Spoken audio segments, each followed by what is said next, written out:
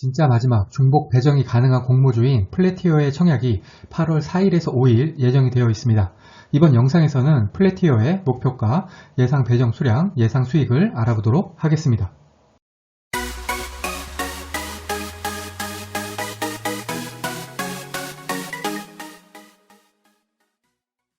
구독, 좋아요, 알림 설정은 저에게 큰 힘이 됩니다.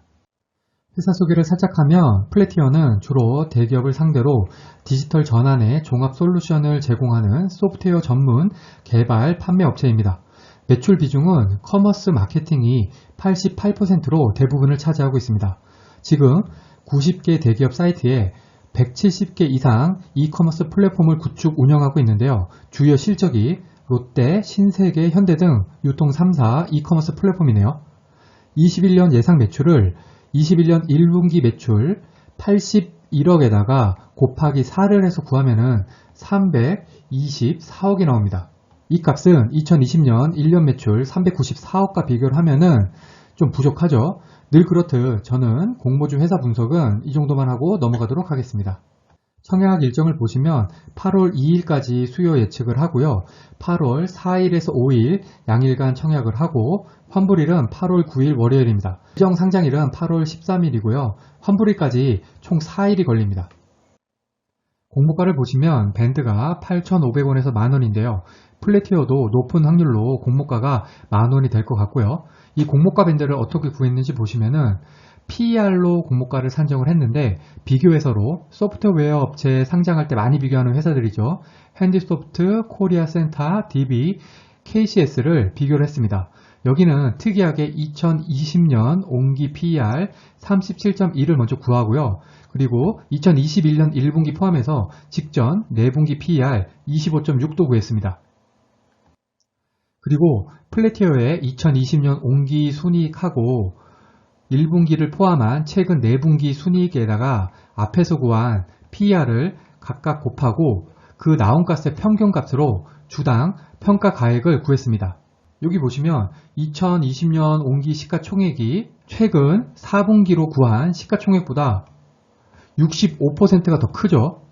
주당 평가 가액을 높이기 위한 꼼수를 좀 부렸다고 볼 수가 있겠습니다.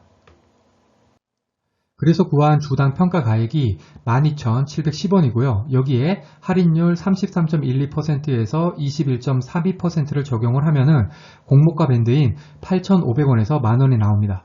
2020년 이후 코스닥 시장 신규 상장 법인 할인율이 36.35에서 24.12인 점을 고려하면은 할인율은 조금은 아쉬운 것 같습니다.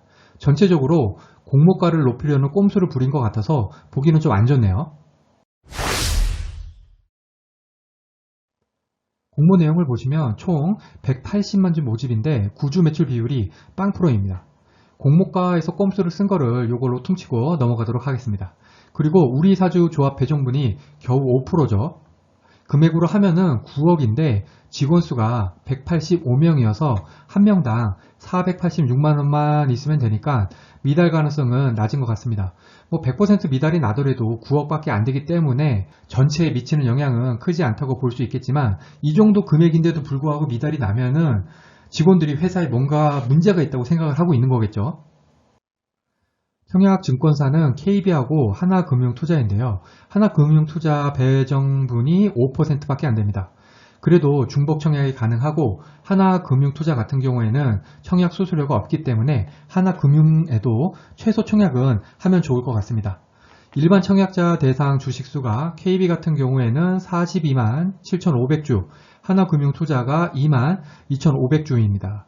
청약 수수료는 KB가 1,500원이고 하나금융 같은 경우에는 0원인데 사실 이게 하나금융이 8월부터 2,000원 청약 수수료를 받는다는 얘기가 있던데 여기 증권 신고서를 찾아보니까 아직은 온라인 청약 수수료가 면제라고 나오네요. 상장일 유통 가능 물량을 보시면 29.1%로 금액으로 하면은 220억입니다. 비슷한 규모의 최근 공모주였던 맥스가 414억, 오비고가 831억인 점을 고려하면은 유통 가능 물량은 양호한 수준 같고요. 그리고 유통 가능 물량 중에서 기존 주주 보유 물량이 8.5%로 많지 않은 정도 좋죠. 여기 이 유통 가능 물량은 추후에 기관 의무 보유 화각 비율에 따라서 감소를 하게 될 것입니다. 그러면 목표가를 잡아보겠습니다. 공모가 상단 기준 시가총액이 827억이고요. 따블이면 1654억, 따상이면 2150억입니다. 여기 플래티어하고 비교회사 당기 순이익을 한번 정리를 해봤는데요. PER을 기준으로 주가를 보시면 되는데 당기 순이익이 34억으로 플래티어 당기 순이익 36억과 비슷한 핸디소프트를 기준으로 먼저 보시면은 핸디소프트가 PER이 20.68로 플래티어 공모가 22.97보다 높죠. 즉 핸디소프트하고 비교를 하면은 상장일 시족하는 공모가보다는 높을 것 같고요. 그리고 KCS랑 비교를 하면은 KCS 같은 경우에는 순이익이 20인데 PER이 50.3이죠. 이거랑 생각을 하면은 따상도 가능하겠지만 이거는 솔직히 좀 무리 같고 그래도 한 목표가를 한 18,000원 정도로 잡으면 되지 않을까 생각을 하고 있습니다. 그러면은 수익률이 80%죠. 목표가, 그러니까 상장일 주가는 저를 포함한 누구도 100% 맞출 수 없다는 거 아시죠? 그러니까 참고만 하시길 바랍니다.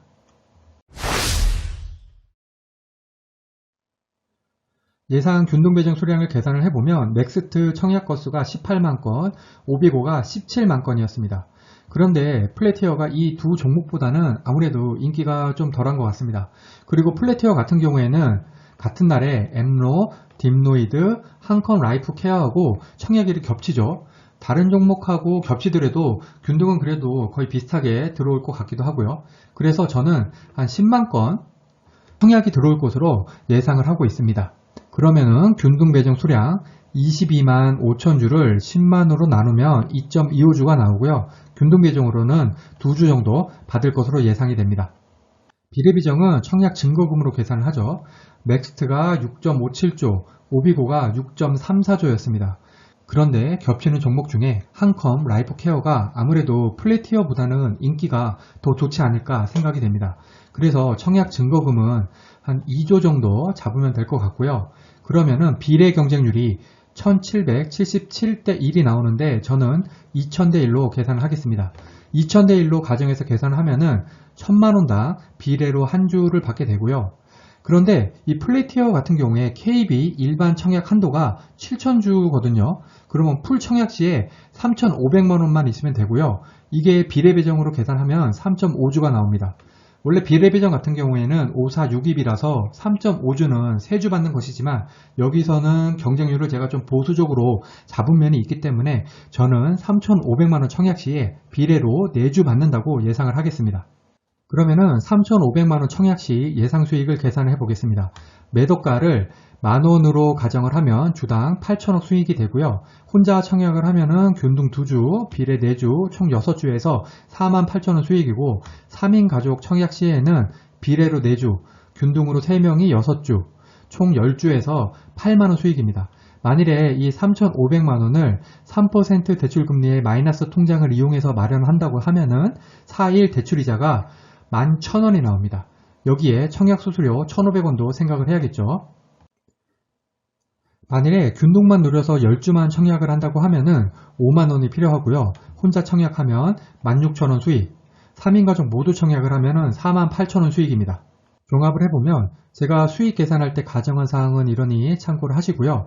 3,500만원 청약 시 혼자 청약하면은 35,000원 정도, 3인 가족 청약 시는 63,000원 정도, 최소 청약만 해서 균등만 받는다고 하면은 혼자 하면은 14,500원, 3인 가족 청약 시에는 42,500원 정도입니다.